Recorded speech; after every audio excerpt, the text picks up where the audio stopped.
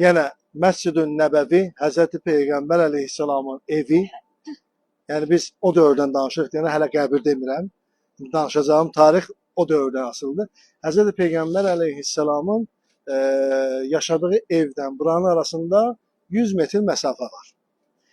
İki dənə tarix var burada da. İki cür tarix var. Biri Türklər demiş, Ruslar demiş patrikadır, biri isə orijinaldır. Amma ona da biraz üstünlük verənlər var. Təbii ki, bizim üstünlük verdiyimiz əsl tarixdən söhbət gedir. Niyə iki tarixi də deyirəm? Çünki iki tarixi də deməyə borcluyam. O yüzden iki tarixi də deyirəm.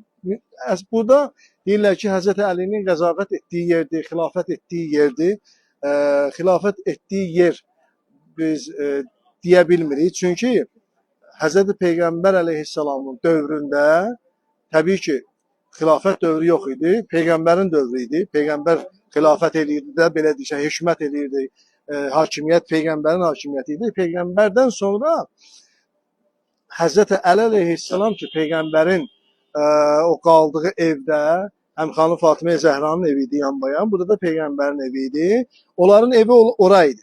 Həzrəti Peyğəmbər, Həzrəti Əleyhissalam xilafəti də istər xilafət dövründə Peyğəmbərdən sonra və yaxud 4-cü xəlifəlik dövründə də orada xilafət edir. Yəni Peyğəmbər məscidində xilafət edir.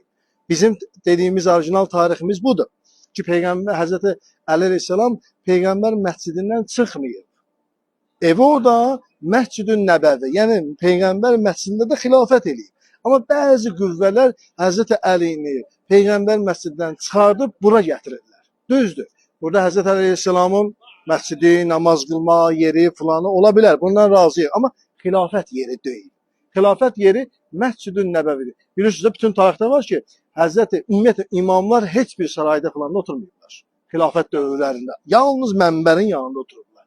O əsasən də bunu da sonradan gələn tarixə görə qoşulur, amma yox. Bizim tərəfdaş olduğumuz tarix deyir ki, Həzrəti Əli orada oturub, yəni Peyğəmbər məscidində oturub xilafət edir. Amma bəli, bu da Həzrəti Əli adına olan bir məscid ola bilər ki, odur. Hər bir halda, məsələn, dünyada nə qədər İmam Əli məscidi var? Elə bir Azərbaycanda neçənci mikrorayonuydu? 8-ci mikrorayonuydu da. İmam Əli Çay şəhərində. Yəni ad olaraq bəli İmam Əli məscidi ola bilər. Onlarla bunun fərqi budur ki, bura Həzrəti Əli Əleyhissalam dövründə olan bir məkandır. Bir dənə